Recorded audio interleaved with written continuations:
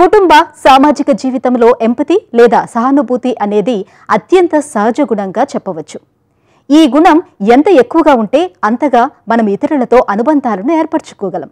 అయితే కొంతమందిలో ఈ లక్షణం చాలా ఎక్కువగా ఉంటే కొందరిలో తగినంత స్థాయిలో ఉంటుంది, కొందరిలో అసలు ఏమాత్రం ఉండదు. ఇలా ఎందుకు జరుగుతుంది? ఎంపతి లేకపోతే ఏమవుతుంది? దీనిని ఎలా పెంచుకోవాలి? ఈ ప్రశ్నలకు సమాధానాలను తెలుసుకుందాం.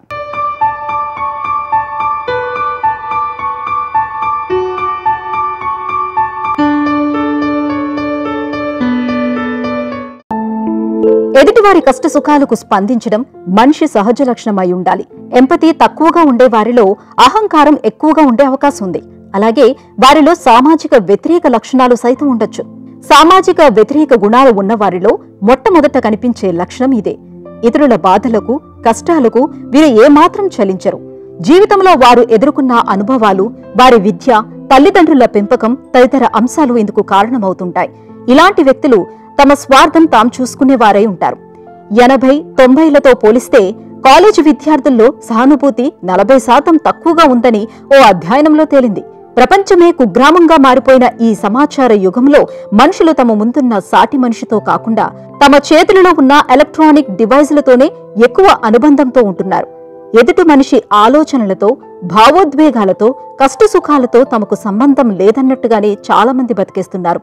ఎంపతి అంటే ఇంకొకరిని అర్థం చేసుకోవడము. అది ఎలా అంటే వాళ్ళ షూస్లో వీళ్ళు, అంటే వాళ్ళ ప్లేస్లో వీళ్ళని పెట్టుకొని వాళ్ళు ఎలా అనుభవిస్తున్నారు, ఏ బాధ కానీ ఎమోషన్ని కానీ ఏం అనుభవిస్తున్నారు దాన్ని ఫీల్ అవ్వడము, అంటే అర్థం చేసుకోవడంని ఎంపతి అంటారు. ఎంపతికి సింపతికి చాలా డిఫరెన్స్ ఉంటుంది. ఎంపతి అంటే ఇట్ ఈజ్ విత్ హెడ్ అనమాట. వాళ్ళు ఈ బాధ అనుభవిస్తున్నారు, వాళ్ళకి ఏ విధంగా మనం సహాయపడగలుగుతాము అనేది. సింపతి అంటేనేమో వాళ్ళ ఫీలింగ్స్ని వీళ్ళు కూడా క్యారీ చేస్తారనమాట. అయ్యో అట్లా అవుతుందా, ఇట్లా అవుతుందా అని చెప్పేసి. సో ఎంపతి అనేది అందరిలోనూ ఉండదు, కొంతమందిలో ఉంటుంది, కొంతమందిలో ఉండదు. ఎంపతి ఉండడానికి చాలా కారణాలు ఉంటాయి అన్నమాట. ఒకటి జీన్స్ వలన ఉంటుంది, ఇంకోటి ఫ్యామిలీలో పేరెంట్స్ అప్బ్రింగింగ్ అని, పేరెంటల్ ఇన్ఫ్లుయెన్స్ ఎక్కువ ఉంటుంది, పెరిగిన సొసైటీ యొక్క ఇన్ఫ్లుయెన్స్ కూడా ఉంటుంది. ఎవరికైతే ఈ నార్సిస్టిక్ పర్సనాలిటీ డిజార్డర్ కానీ ఇంకా వేరే రకాల డిజార్డర్స్ ఉంటాయో వాళ్ళలో ఈ న్యూరాన్స్ అనేవి చాలా తక్కువగా ఉంటాయి అన్నమాట. న్యూరాన్స్ ఏంటంటే ఎదురు వాళ్ళ ఎమోషన్స్ని క్యాచ్ మిర్రరింగ్ చేసేసుకొని అది ఎమోషన్కి అర్థమయ్యేటట్టు చేసి ఆ వ్యక్తిని ఆలోచింపజేసి వాళ్ళకి ఏ విధంగా మనం సహాయపడగలము అని చెప్పగలిగే పరిస్థితి ఈ బ్రెయిన్ వలన వస్తుందన్నమాట. ఈ ఎమోషనల్ సర్క్యూట్ కానీ ఎంపథెటిక్ సర్క్యూట్ వలన వస్తుంది.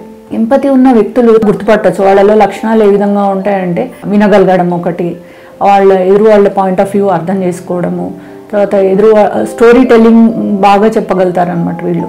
తర్వాత రిలేషన్షిప్స్ కూడా ఈజీగా మెయింటైన్ చేసుకోగలుగుతారు వీళ్ళకి పెద్ద ప్రాబ్లమ్స్ అనేవి, ఇంటర్పర్సనల్ ప్రాబ్లమ్స్ అనేవి కూడా ఎక్కువగా ఫేస్ చేయరు. వీళ్ళు చాలా ట్రూత్ఫుల్గా ఉంటారు. అబద్ధాలు చెప్పడం అనేది వీళ్ళకి ఇష్టం ఉండదన్నమాట.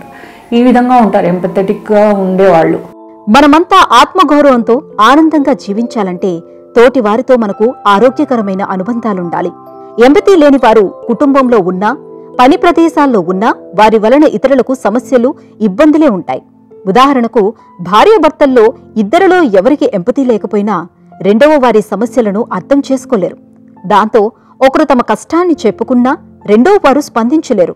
రోజంతా పనిచేసి అలసిపోయిన భార్యలతో ఇది కూడా ఒక పనేనా, ఏం చేస్తున్నావు, రోజంతా టీవీ ముందు కూర్చోవడమేగా అనే భర్తలుంటారు.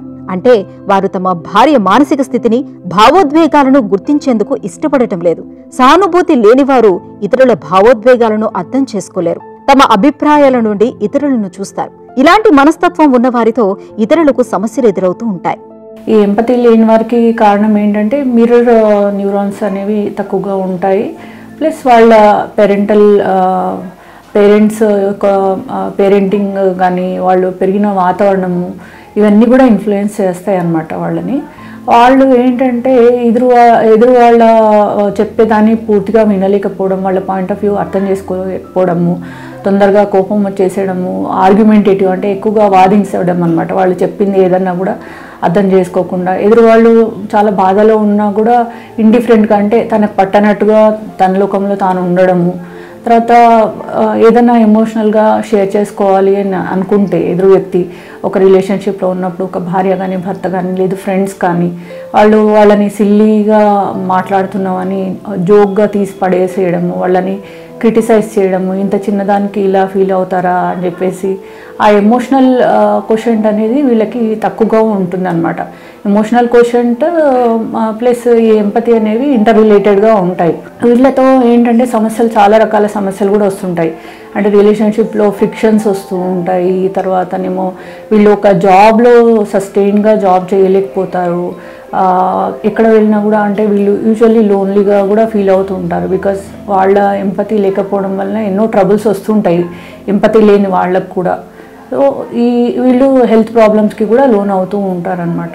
సో వీళ్ళ వలన వాళ్ళ ఇంట్లో ఉండే వాళ్ళకి కానీ ఓవరాల్గా కూడా చాలా డిస్టర్బెన్స్ ఉంటుంది. సాటి మనిషి కష్టాలను అర్థం చేసుకోలేని వారు నాకు అలాంటి సమస్య రావచ్చు అనే ఆలోచన చేయరు. వారికి ఎదుటివారి బాధలు చిన్నవిగా అనిపిస్తాయి. అదే సానుభూతి కలిగిన వారైతే అదే పరిస్థితిలో తానుంటే ఎలా ఉంటుంది అని ఊహించగలుగుతారు. సరిగ్గా చెప్పాలంటే ఎంపతి అనేది ఎమోషనల్ ఇంటెలిజెన్స్లో ఒక భాగం.